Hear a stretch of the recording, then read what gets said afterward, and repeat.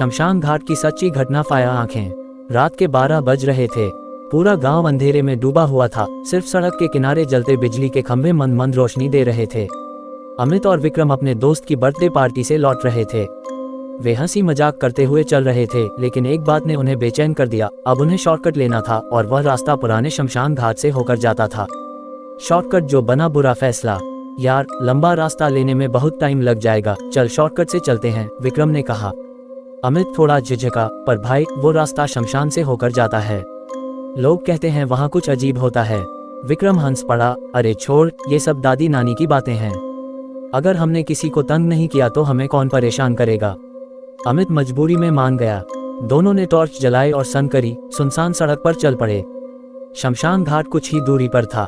रास्ता बिल्कुल वीरान था। चारों ओर पेड़ थे, जिनकी टहनियां अंधेरे में किसी भूतिया आकृति जैसी लग रही थीं। शमशान में कदम रखते ही अजीब एहसास। जैसे ही वे शमशान के पास पहुंचे, हवा अचानक ठंडी हो गई। अब तक वे मजाक कर रहे थे, लेकिन अब दोनों खामोश हो गए। चारों तरफ गहरी चुप्पी थी, बस कभी कभी सूखे पत्तों की सरसराहट सुनाई देती। अचानक एक हल्की सी हंसी की आवाज आई। अमित और विक्रम दोनों ने एक दूसरे को देखा। तूने सुना? अमित ने धीरे से पूछा। हाँ, शायद हवा की आवाज होगी, विक्रम ने खुद को दिलासा दिया, लेकिन उसके चेहरे से साफ लग रहा था कि वह भी डर गया था। रहस्यमयी हंसी और जलती चिता। वे तेजी से आगे बढ़ने लगे, लेकिन तभी फिर से वही हंसी गूंज उठी, इस बार और तेज और ज्यादा डरावनी। अमित ने टॉर्च आगे की ओर घुमाई और जो उन्होंने देखा उससे उनके रोंगटे खड़े हो गए।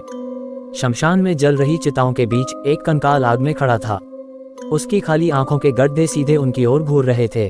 उसकी जली हुई हड्डियां धीरे धीरे हिल रही थीं, मानो वह उनकी ओर आने की कोशिश कर रहा हो।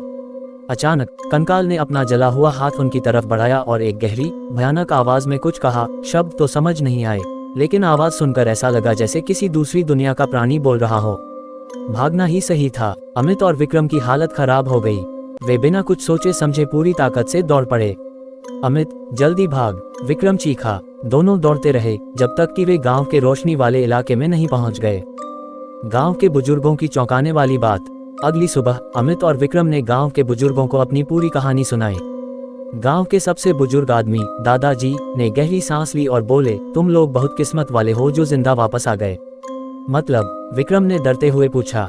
दादाजी ने बताया, सालों पहले इस शमशान में एक तांत्रिक का अंतिम संस्कार हुआ था। लोग कहते हैं कि वह मरने के बाद भी चैन से नहीं सो पाया।